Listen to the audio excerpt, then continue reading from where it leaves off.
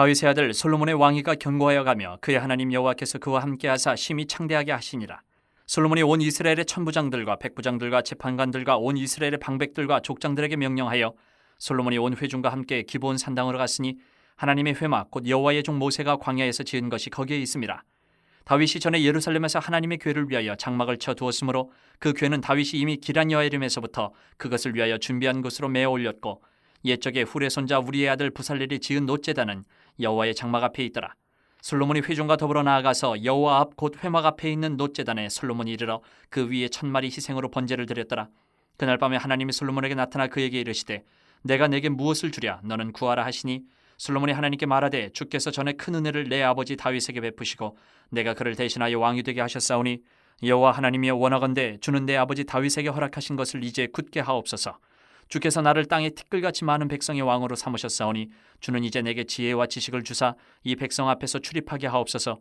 이렇게 많은 주의 백성을 누가 능히 재판하리이까 하니 하나님이 솔로몬에게 이르시되 이런 마음이 내게 있어서 부나 재물이나 영광이나 원수의 생명 멸하기를 구하지 아니하며 장수도 구하지 아니하고 오직 내가 내게 다스리게 한 내 백성을 재판하기 위하여 지혜와 지식을 구하였으니 그러므로 내가 내게 지혜와 지식을 주고 부와 재물과 영광도 주리니 내 전의 왕들도 이런 일이 없었거니와 내 후에도 이런 일이 없으리라 하시니라.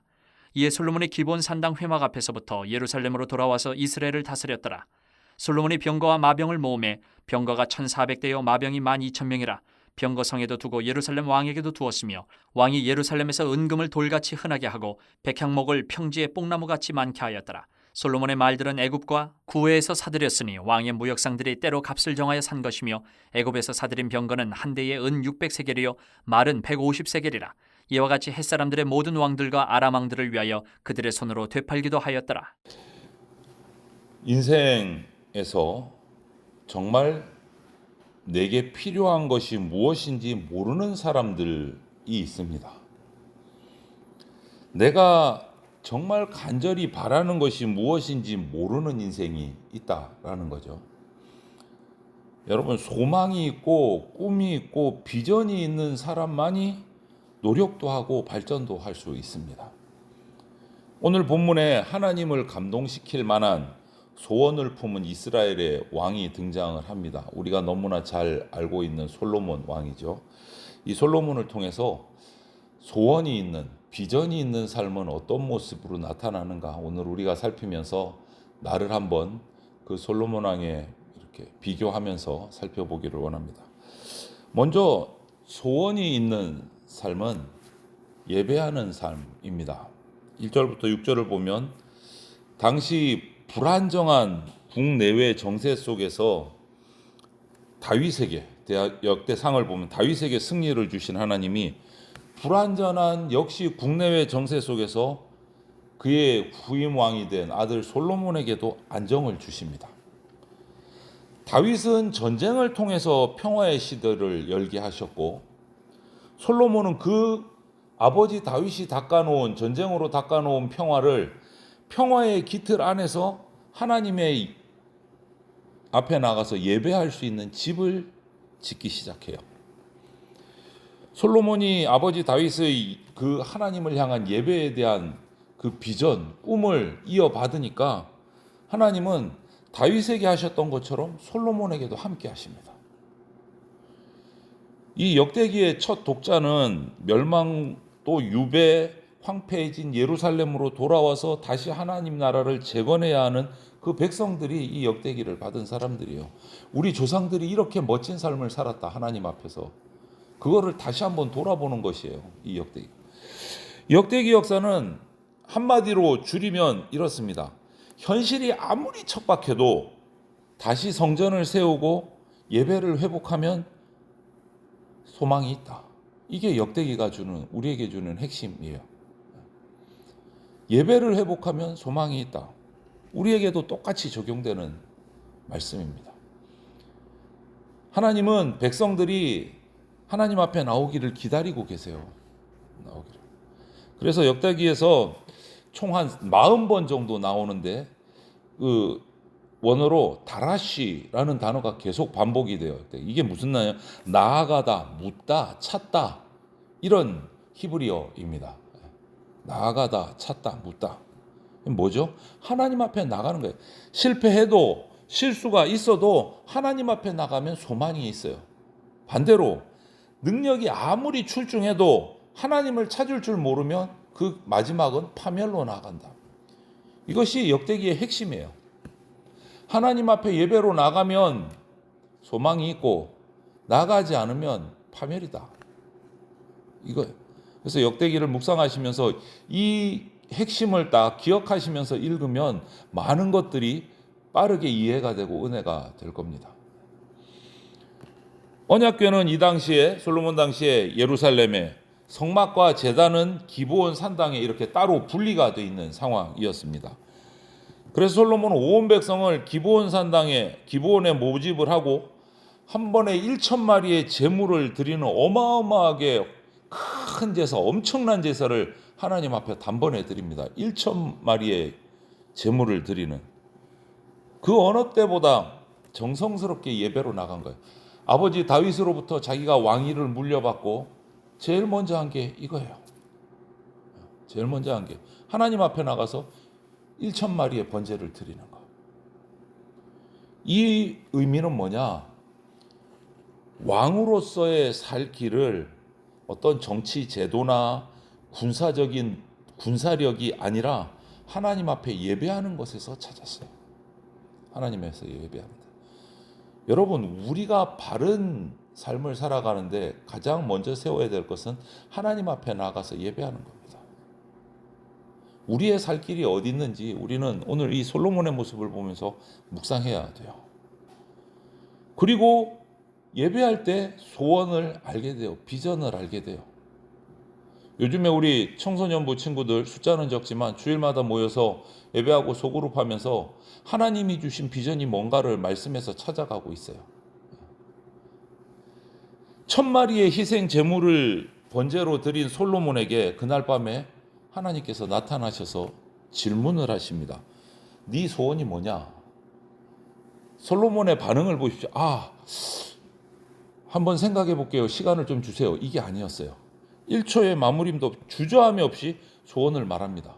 하나님이 묻자 바로 대답해요. 이 말은 뭡니까? 항상 가슴에 그 소원을 품고 있었다라는 거예요. 좀 시간 좀 주세요. 생각 좀 해보고요. 소원이 너무 많아서 그 중에 하나 중요한 건 말씀드릴게요. 이게 아니었어요. 소원이 뭐냐? 이겁니다. 바로 나와요. 딱 품고 있었다는 거예요. 그 소원을 품고 있었다. 먼저 아버지 다윗에게 허락하신 언약, 이 완전히 다 이루어져서 이 다윗 가문의 왕위가 튼튼하게 이어져 가기를 소원을 했어요. 하나님이 약속하신 거거든요. 다윗으로 말미암아 이스라엘의 왕위가 끊어지지 아니할 것이다. 그것이 계속 이어지게 해주십시오. 그 소원을 하나를 먼저 얘기를 했어요. 오늘 똑같습니다. 하나님이 우리에게도 물으십니다. 무엇을 원하느냐? 여러분 탁 떠오르는 소원이 있으십니까 지금? 잠깐만요. 생각 좀 해보고요. 이렇습니까? 어느 쪽이십니까? 예수님께서도 이 땅에 오셔서 병자들을 고치실 때 너희가 원하는 게 뭐냐? 소원이 뭐냐? 꼭 물으셨어요. 복음서를 보시면 꼭 물으셨어요. 그 질문에 대답하지 못하면 내가 일어나 걷기를 원합니다. 눈 떠서 보기를 원합니다. 이런 대답을 하지 못하면 원하는 삶을 이룰 수가 없는 거예요. 여러분, 내가 늘 하나님 앞에서 원하는 게 뭔가 생각하셔야 돼요. 솔로몬처럼 물으시면 즉각 대답이 나오게 항상 내가 하나님 앞에 진심으로 원하는 게 뭔가 품으시기를 바랍니다. 소원이 있어야 돼요. 소원이. 나의 필요를 아는 게 왜 중요하느냐 하면 내 필요를, 내 비전을 품고 있으면 그것을 위해서 내 삶을 발전시킬 수 있기 때문에 그게 중요한 거예요. 아무 생각 없이, 요즘 말로 아무 생각 없이 살면 그냥 아무 생각 없이 살다가 그냥 끝나는 거예요. 발전도 없이. 한번 오늘 기도하시면서 묵상해 보십시오. 나는 하나님 앞에 정말 원하는 소원이 뭘까? 그 소원이 있는가? 그리고 10절을 보면 그렇게 왕위가 이어지기를 소원하고 10절에 보면 많은 구할 것이 있음에도 불구하고 솔로몬은 이어서 바로 지혜를 구했습니다. 지혜. 많은 사람들이 소원하는 것 대부분 다 자기를 위해, 자기의 필요를 위해서 구합니다. 자기 필요, 뭐가 필요해요? 뭐가 필요해요? 하나님, 이거 들어주세요. 이 수준인데 솔로몬은 많은 것들이 있지만 그 중에 지혜를 구했어요.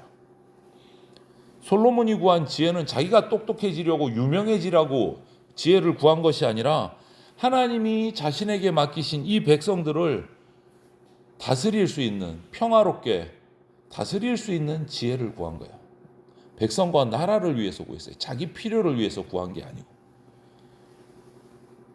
의로운 판단, 정의로운 판단을 내리려면 하나님의 지혜가 필요하기 때문에 개인적인 필요에 앞서서 왕으로서 하나님이 맡겨주신 나라와 민족을 먼저 생각한 거예요. 솔로몬은. 국가를 이끌어가는데 하나님의 뜻대로 다스려가는데 지혜가 반드시 필요했기 때문에.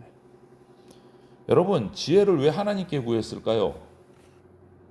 성경 말씀을 떠올려 보십시오. 지혜는 하나님께로부터만 얻을 수 있습니다. 어떤 말씀이 있습니까? 하나님을 아는 것이 지혜와 지식의 근본이다 라고 말씀하셨어요. 하나님을 알아야 지혜를 얻고 지식을 얻을 수 있어요. 솔로몬 그거 알고 있었던 거예요. 여러분, 우리는 하나님께 무엇을 구합니까? 무엇을 구합니까? 솔로몬의 이런 소원을 보면서 다시 한 번 더 내가 하나님께 구해야 될 것은 무엇인가 묵상하시기를 바랍니다. 이렇게 지혜를 구한 솔로몬에게 자기의 필요는 다 내려놓고 하나님께 맡은 그 사명, 이스라엘을 다스리는 사명을 위해서 지혜를 구한 그 솔로몬에게 11절부터 17절 보면 하나님이 감동하셨어요. 하나님이 감동하셨어요. 솔로몬은 부, 재물, 영광 이런 거, 군사력 다 필요 없고 더 중요한 게 뭔가를 딱 알고 있어서 그 지혜를 구했어요. 왕으로서 하나님의 백성을 어떻게 다스릴 것인가, 지혜가 필요하다. 이렇게 구한 솔로몬을 기뻐하신 하나님은 오늘 어떻게 말씀하십니까? 지혜와 지식도 주고 거기에다가 더해서 네가 구하지 않은 재물과 영광까지도 내가 그냥 조금 주겠다가 아니고 넘치도록 부어주겠다. 이전 왕들에게 이런 일, 이후 외에도 이런 일이 없도록 내가 부어주겠다. 이렇게 말씀하세요. 여러분, 역사를 돌아봐도 현대까지, 오늘까지 이스라엘 역사에서 솔로몬 왕이 통치했을 때보다 이스라엘이 더 부강했던 적은 단 한 번도 없습니다. 하나님 말씀하신 그대로 이루어 주신 거예요. 앞으로 보나 뒤로 보나 솔로몬보다 부강한 나라는 없었습니다. 이스라엘. 여러분, 본질을, 핵심을 붙잡으면 나머지 것들은 하나님께서 자연스럽게 부어주신다, 따라온다라는 거예요. 껍질을 붙잡지 말고 핵심, 본질을 붙잡아야 돼요. 예수님도 그렇게 말씀하셨잖아요. 먼저 그의 나라와 그의 의를 구하면, 그가 누굽니까? 하나님의 나라와 하나님의 의를 먼저 구하면 먹을 것, 입을 것, 마실 것 더해 주신다. 약속하셨잖아요. 그 말씀대로 이루어 주신다. 가장 귀한 것을 먼저 구하시기를 바랍니다. 그럴 때 하나님은 필요하다면 그것을 위해 포기한 것, 우리가 내려놓고 포기하고 하나님을 위해 구한 것들 다 부어주십니다. 포기한 것까지도 다 채워주실 줄 믿습니다. 여러분 어떻습니까? 어떤 소망을 가지고 살아가십니까? 여러분의 삶 그리고 하나님 나라를 위해서 꼭 필요한 게 무엇일까요? 혹시나 엉뚱한 욕심을 품고 살아가지는 않는가? 오늘 이 솔로몬이 하나님 앞에 구하는 이 모습, 기도하는 모습, 예배하는 모습을 보면서 다시 한 번 더 내 소원을, 내 삶을 살피는 시간이 되면 좋겠습니다.